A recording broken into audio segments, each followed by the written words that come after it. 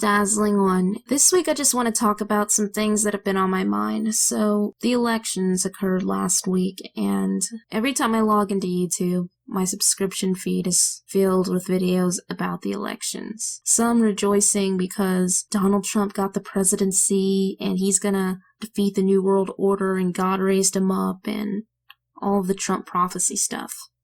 Then others in the feed are showing videos of anti-Trump protesters exposing how there are Craigslist ads asking people to protest, and they're getting paid to do this, and there's even been buses seen. And the whole thing is just one giant mess. I knew either way, whether Hillary or Trump won, that they were going to try to create chaos. And if Hillary would have won, I believe there would have been a different kind of effect, but they still would have tried to dramatize it, like a circus or WWE reality TV show. However, with Trump winning, they have all these supposed millennials out on the streets protesting. And I do believe some of them are paid actors and agitators, and then I think some of them are real people who have been emotionally invested in this entire election saga.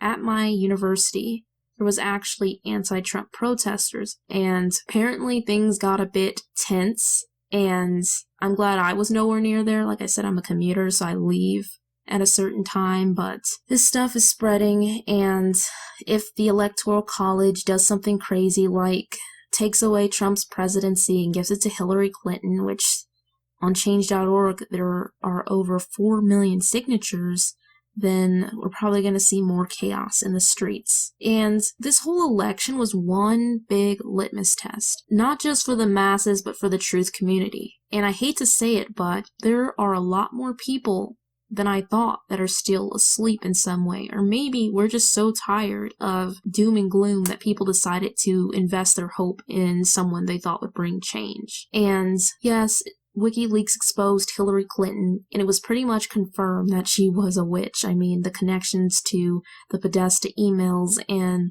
Marina Abramovic's spirit cooking and the Pizzagate scandal with the pedophilia ring. All of these things came out. Alternative media sources saw skyrocketing views. This election has been like no other. However, I have to say that despite what some people think, he's one of them as well. I mean, why the references to the New World Order? Why the 666 hand gesture? And why did he say that Obama was a good man if so many people are against Barack Obama's presidency, yet he called Barack Obama a good man after meeting with him? You already see he's going to make compromises. How is it that The Simpsons predicted his presidency 16 years ago? I just don't buy it. And it also was a test to show that those people, despite finding out that yes, we have politicians linked to Satanism and pedophilia and so forth, will go along with anything the mainstream media says. I don't understand how by this point you cannot be somewhat of a conspiracy theorist. At this point, with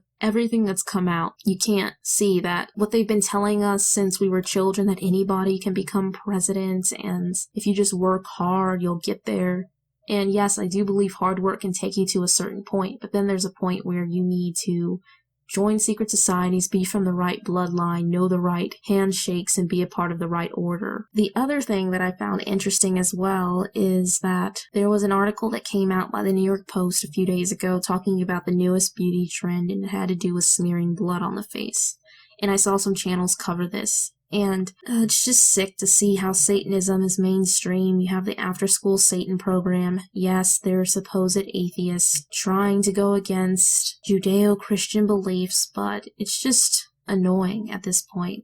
And then you have the Beauty and the Beast movie, and I have to say, as a child, Beauty and the Beast was the one Disney princess movie that I actually watched over and over again, just because I had a fascination with how a girl would want to love a beast.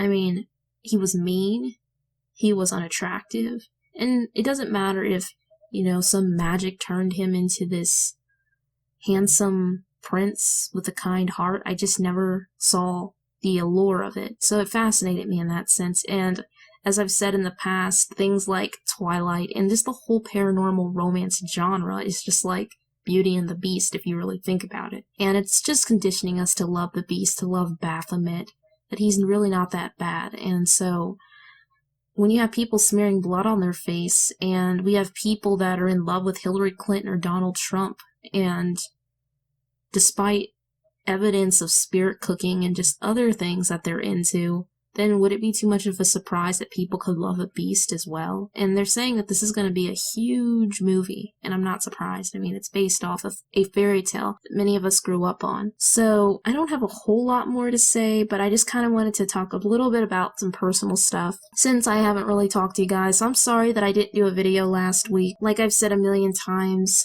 college this semester has had me very busy, and I've just been tired with everything going on. Sometimes I even feel a bit reluctant to make videos because I feel like at this point, those of you who are awake understand everything, but those that aren't, their eyes are wide shut. They've seen all the evidence, but they're going to continue to believe it just because an article tells them, don't believe those stupid conspiracy theorists over there. Personally, been exhausted. My sleep has been awful lately. It's just frustrating. My creativity with writing. Like I told you guys that I was working towards publication. I still plan on doing it. I just haven't had time to edit. And school's keeping me busy from doing that. But I've gotten to the point where I just want to I just feel like I've been sucked dry of energy. And I'm sorry if sometimes I fail to deliver on time for videos or respond to anyone, even with comments. I sometimes will write a comment and then I'll be like,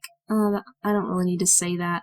Like, I enjoy so many people's videos. I watch so many channels, and they probably don't know I'm subscribed to them because I'll never say anything to them because I'm just not very confrontational. I'm sorry, just kind of going on a tangent at this point. That's pretty much what's on my mind for this week. And I hope you all have a wonderful week. I'll talk to you next time, and God bless.